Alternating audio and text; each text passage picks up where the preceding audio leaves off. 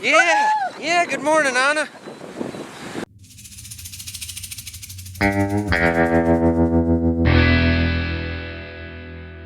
Well, it's sunny out this morning, but it isn't real warm and it certainly isn't cold. If you watched the last video, you know that we're down because the grain leg's got an issue up at the top inside the distributor. So it's probably gonna be just a few hours yet before DHS Grain has our part out here to get that fixed. So in the meantime, I'm gonna go over a few things on the Ripper here. I checked the tires and greased it. Yesterday, ran it for a few acres. The big thing, we need to put one of these on. I don't know if you can tell if the camera picks it up or not, but this one is bent right in this area here. Dad's already swinging by Midwest Machinery on his way out here, so he's gonna grab that part. We got a C-shank we might replace as well. Just a couple little odds and ends before we get this thing going wide open. I'm gonna start with taking all of these off here.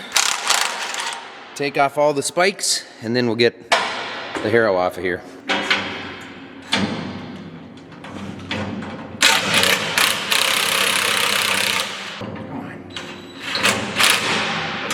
Come on, people are watching on video, don't embarrass me.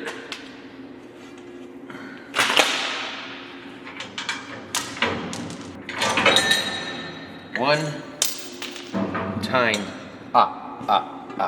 Got all the tines off and the little extension that's supposed to bend when you hit something. But I don't have this. This is just hanging by a couple of threads, one bolt each side. I'm gonna wait, I think, until Dad's here so I don't drop that on my feet. I'm pretty sure what happened there is that whoever was driving it caught the rock pile in here and not out at the extension where it normally happens. Hey, you know, it's hard to find good help. And I think for that C-shank, I'm gonna need my 3/4 inch impact because those bolts are a heck of a lot bigger, so there's that. But as long as I'm here, I'm gonna get some diesel running into this.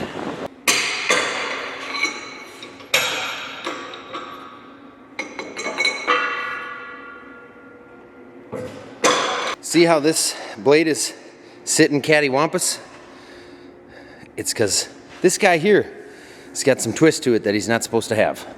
And it's not really that big of a deal, but sometimes it will leave a ridge because it throws the dirt kind of awkwardly instead of throwing it the way that it's supposed to. I'll play the cymbals. No, it's not really that. Now this is heavy. I know it looks heavy to you. It's a lot heavier than that. Morning. Morning. How are you doing? Good.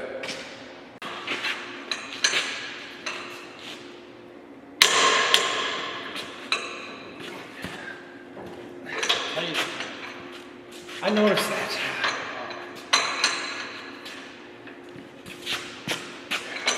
Are the front ones that tight?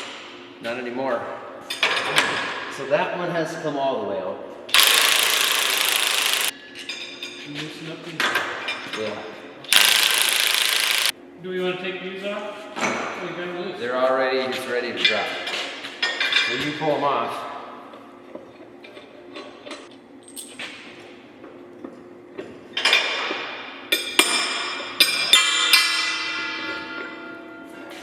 Don't leave it.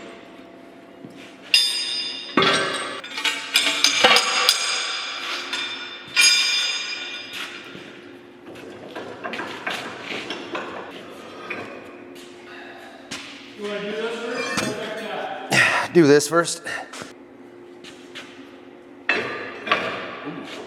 Oh, that casting's got to go way up. This. Do we need these looser? No, we need this up. Oh, it goes. Oh. I can get it up, but then I have to take my thumb off to get it. Another inch. There we go.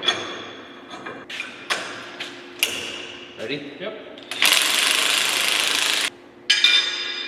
And then the easy part.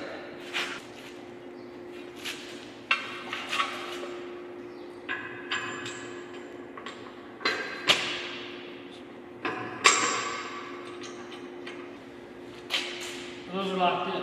Yeah, we can't get an impact on those. Oh. Should I go check the fuel barrel? Sure. I'm guessing it has a little ways to go. But you can make sure it's going.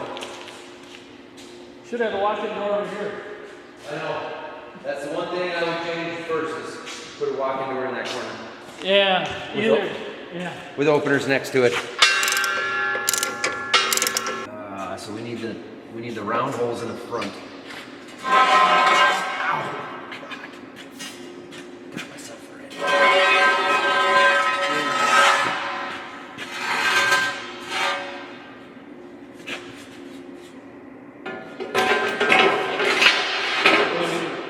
Should we take this knot? You know how far over you need to be? Yep, I need 13 holes. Do you want me on that end? I can do it.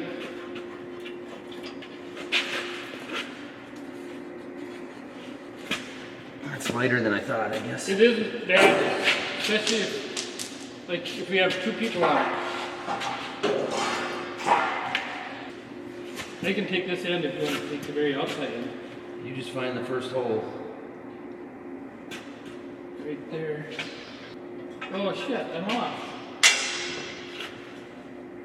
No, I'm right. Try it again. I'm right. Okay. Yep, it's right. So it takes 4 bolts. 4 on each thing, yeah. We got one bolt here that the threads are pretty wonky on. The nut doesn't want to go on. It's a carriage bolt. Yeah, 2 of them. 2 of them you need?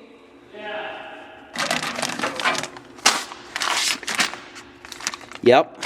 A month ago, we would have had to drive to town for these 3 carriage bolts, but we got boltsandnuts.com. Give them a look, see. I smushed my hand.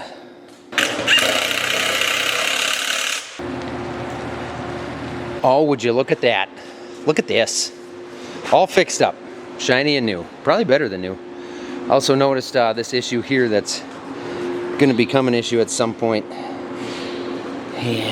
Yeah, we're gonna need a new piece there. Not today though. Rocks are hard on things, especially deep tillage equipment. All right, I'm gonna take this thing out and go finish breaking up some old hay ground that I started on last night. Dad's headed out to take the chisel plow because we got fertilizer on a couple hundred acres. And hopefully they'll fix our grain leg real soon so we can get to combining some corn before the day's over. Okay, don't hit the sides of the door. Please don't hit the door, don't hit the building. Don't do it, don't do it. I think we're gonna be okay here. It's an 18-foot wide ripper, but to level it out on the edges, the disc blades and the mulcher stick out so much farther. This is a 28-foot door, and I don't know how much clearance there is, a foot or 2 on each side. It seems bigger than an 18-foot ripper should be. Probably want to hang on to this. These bolts go through the castings that hold those front disc blades on. We broke a couple of them last year, so I had Dad pick up a half dozen of them just in case. You know, before I leave the yard, I should probably pick a relatively flat spot like this and calibrate the true set. Frame calibration. Okay. Now, what the true set, As I was saying, what the true set does is you can set a depth, say you want to dig, 6 inches. You set that depth, it'll automatically hold that. It'll go up and down as the ground gets harder, softer, up and down hills, whatever. You can even write prescriptions if you got a field where you want to dig 6 inches deep in some areas, 8 inches deep in other areas, 10 inches deep in some areas. But you got to have hydraulic flow to the frame. Now we're calibrating, and it also controls the front discs, the main frame, main shanks, and the rear leveling, the mulcher, individually, so you can set it up to control all 3 of those ones individually, set them for different depths, etc. High-tech tillage. Here we go. Heads up, Didge. I'm coming through. Onyx parked the Ranger in a poor location, so I'm gonna need you to move. Beep beep. I'm sorry, but come on now.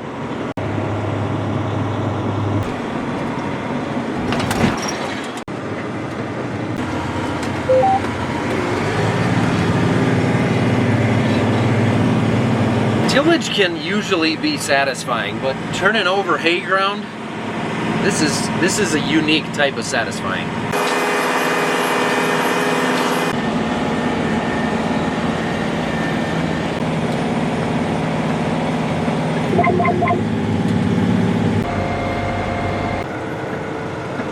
It's been a couple of hours now since I had the camera on last. Did a few things around the yard, ate some lunch. Still waiting for the grain guys to get here. We don't have that part for the leg yet, so we can't be running on corn. Dad's doing some tillage. I'm gonna grab the honeybee soybean header and kind of go through that and clean that up since we're done with that for the year. And then we just really need a grain leg.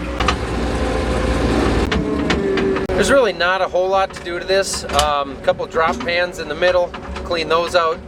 Take a leaf blower, load the chaff off, get the toolbox and parts box off the side there. Well, I thought this would just slide out, but it's more stuck than I thought. Okay, I was able to get this pan out of here. It slid right out. Don't ask me how I did it. It kind of came right out without any issues. And that just kind of opens things up right underneath the belt. Now there's a rock trap in this header, a built-in rock trap right there that I already dropped back at the field. And that's kind of a secondary, or maybe a primary rock trap, because there is one in the back of the feeder house also. So if a rock makes it past this one, there is one in the combine. And this one just opens and closes with a lever here. It's on a detent. So I dropped that. I think I'll just blow all that out. Everything else looks pretty good. It's fairly clean. I'll take our good tools out of the tackle box on the back and I'll leave the spare parts in there. It may as well stay with the head.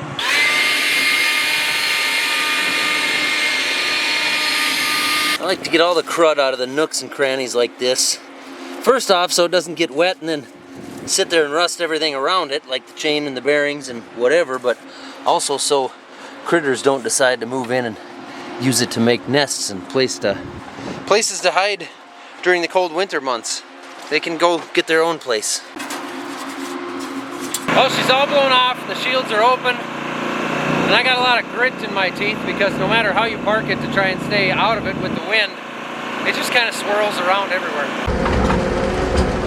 I'm kind of done with the majority of my odd jobs for right now. Dad just finished another field. Put some diesel in. We're gonna throw some DEF in it. We got a little bit more tillage we can do. That we got fertilizer on another 150 acres. But that doesn't require 2 or 3 guys. We're really just waiting for the wind to go down at this point so that Dita can climb up there and install that part. He did call and say that it's done, but he doesn't want to go up there because the wind is just so, it is strong. Probably doesn't seem like it on camera, but when you get out of this area in the yard here, you get like up on top of the grain leg, it's windy. Looks like we must have a part. So here's the tubes that had worn thin. They welded AR steel inside there. There's where the hole was that was causing the issue, that was just getting bigger a lot faster. Obviously you're not going to carry those up and down the ladder, so kind of needed the boom truck to get them back up there. You want me to go up there and direct them or anything? I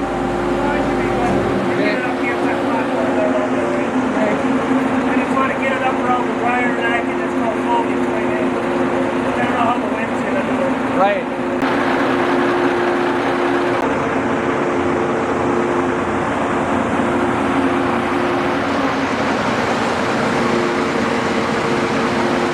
I can't zoom in with my camera, but he's up there right now. He's got one piece inside the distributor. He'll move the second one over and then he can actually crawl inside the distributor himself and bolt everything together.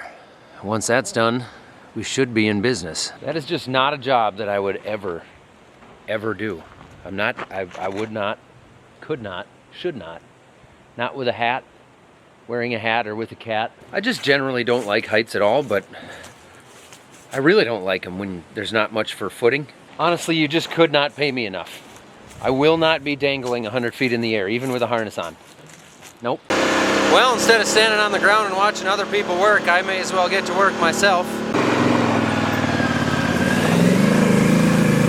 It seems generally promising that they're gonna have that leg fixed pretty soon, so I'm gonna check the oil in the combine, fire this bad boy up. Oil's good. Being this late in the day, it's already after 6 o'clock. I don't think we'll fire the dryer up tonight since it's the first time firing it, but we'll at least get enough corn in there that we can fire it right away in the morning. in the wet bin. Like, we'll fill the wet bin enough to make sure we got corn to fill the dryer tomorrow.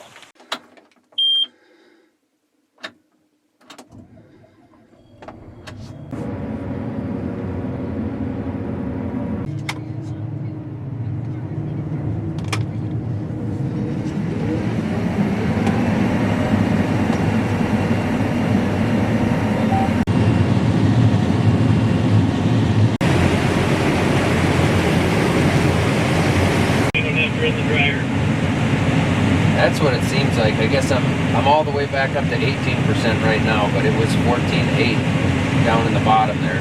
Now I'm 19, but we had 2 weeks of warm weather. It's 80 degrees again at the end of the week. We might not be drying at the end. I bet we won't be. If it's 16.5, it's easy to go right into a bin. I'm 16.8 on the monitor right now on this load. So, I mean, it's a little. It seems that the beans anyway were a little bit wetter than the monitor, so it might be 18%.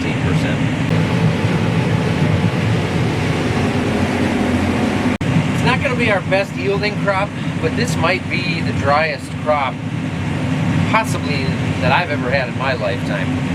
And I was expecting, honestly, the highest moisture that we've had in 15 years.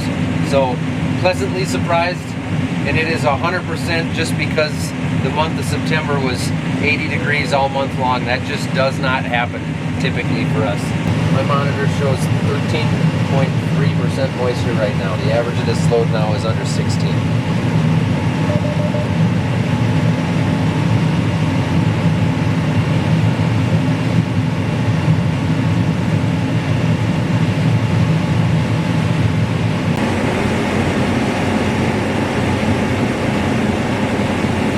Pick a good flat spot up here and we can jump out and take a look at the job the machine is doing. Yep, that'd be good. Cobs look a lot more whole now. I open up the concaves a little bit. I don't see splits. I don't see corn still on them. That's good.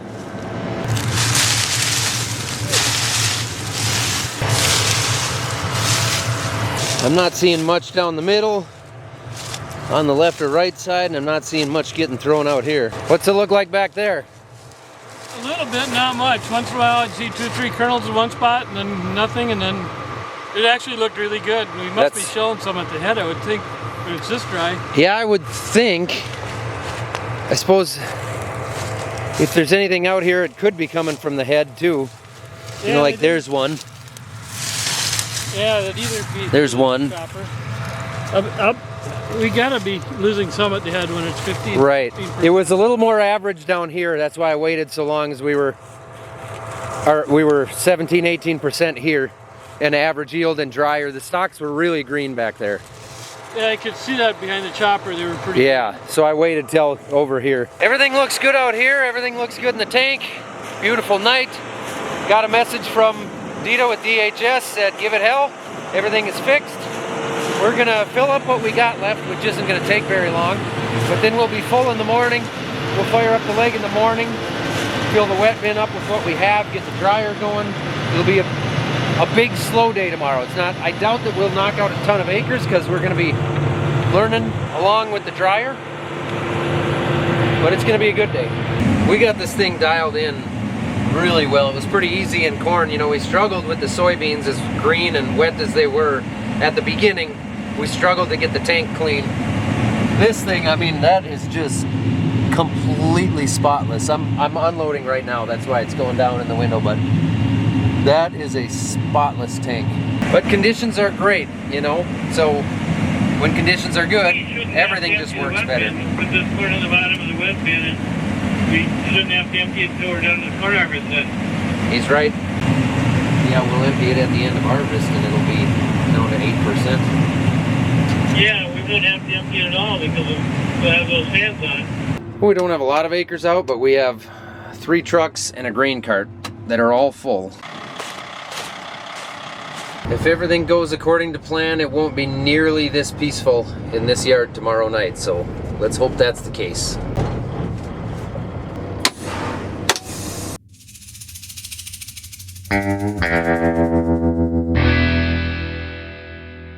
That's it.